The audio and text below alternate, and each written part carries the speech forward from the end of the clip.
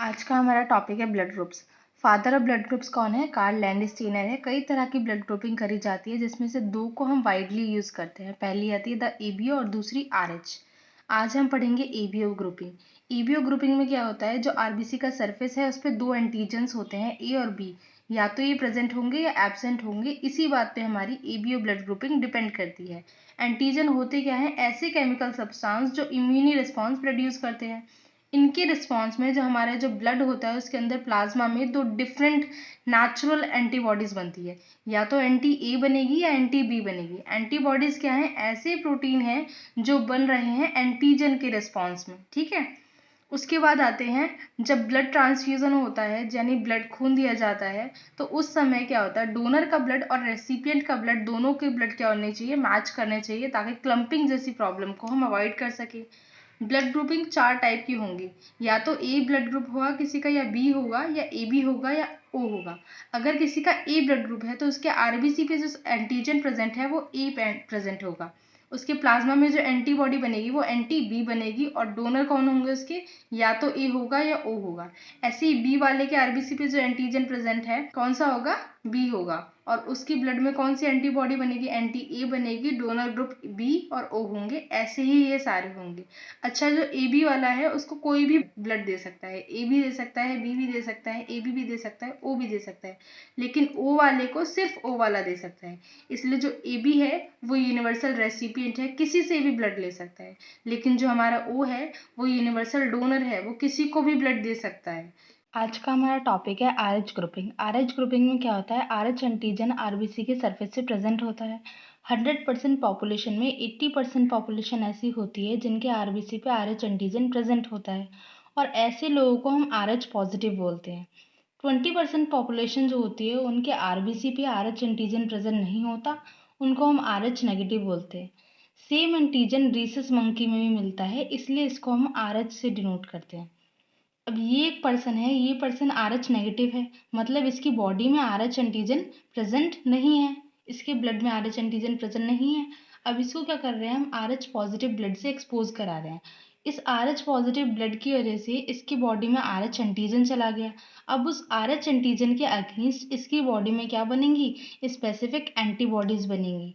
इसलिए किसी भी ट्रांसफ्यूजन से पहले हमको आर एच ग्रुप को भी मैच करना पड़ेगा। आज का हमारा टॉपिक है special case of R H incompatibility. यहाँ पे क्या हो रहा है, आर एच मिसमैचिंग हो रही है।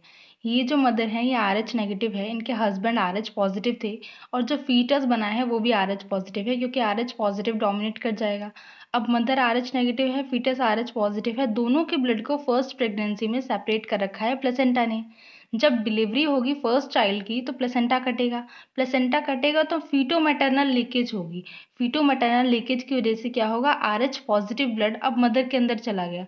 मदर के अंदर एंटीजन नहीं था, आर एच एंटीजन पहले, पर अब आर एच एंटीजन आ गया। अब उस आर एच एंटीजन के अगेंस्ट मदर का जो ब्लड है उसके अंदर एंटीबॉडीज प्रिपेयर होना शुरू हो जाएंगी। अब जब इन मदर की सेकेंड प्रेगनेंसी होगी तो इन मदर के अंदर आर एच नेगेटिव तो है, पर अब इनके अंदर आर एच एंटीबॉडीज आ गई हैं। वो आर एच एंटीबॉडीज क्या करेंगी, प्लेसेंटा को क्रॉस कर देंगी और फीटस के ब्लड में मिक्स हो जाएंगी, जिसकी वजह से जो फीटस के आरबीसी है वो डिस्ट्रॉय हो जाएंगे, और जो फीटस है उसकी जान भी जा सकती है। इस कंडीशन को बोलते हैं हम इराइथ्रोब्लास्टोसिस फेटालिस। इसमें क्या हो रहा है, हेमोलाइसिस हो रहा है, जिसकी वजह से जो बच्चा है उसको अनीमिया और जॉन्डिस जैसी बीमारी हो सकती है। इराइथ्रोब्लास्टोसिस फेटालिस है, इसको हम अवॉइड कर सकते हैं कैसे, जब फर्स्ट डिलीवरी हुई थी इमीडिएटली तभी मदर को एंटी आर एच एंटीबॉडीज का इंजेक्शन लगा के।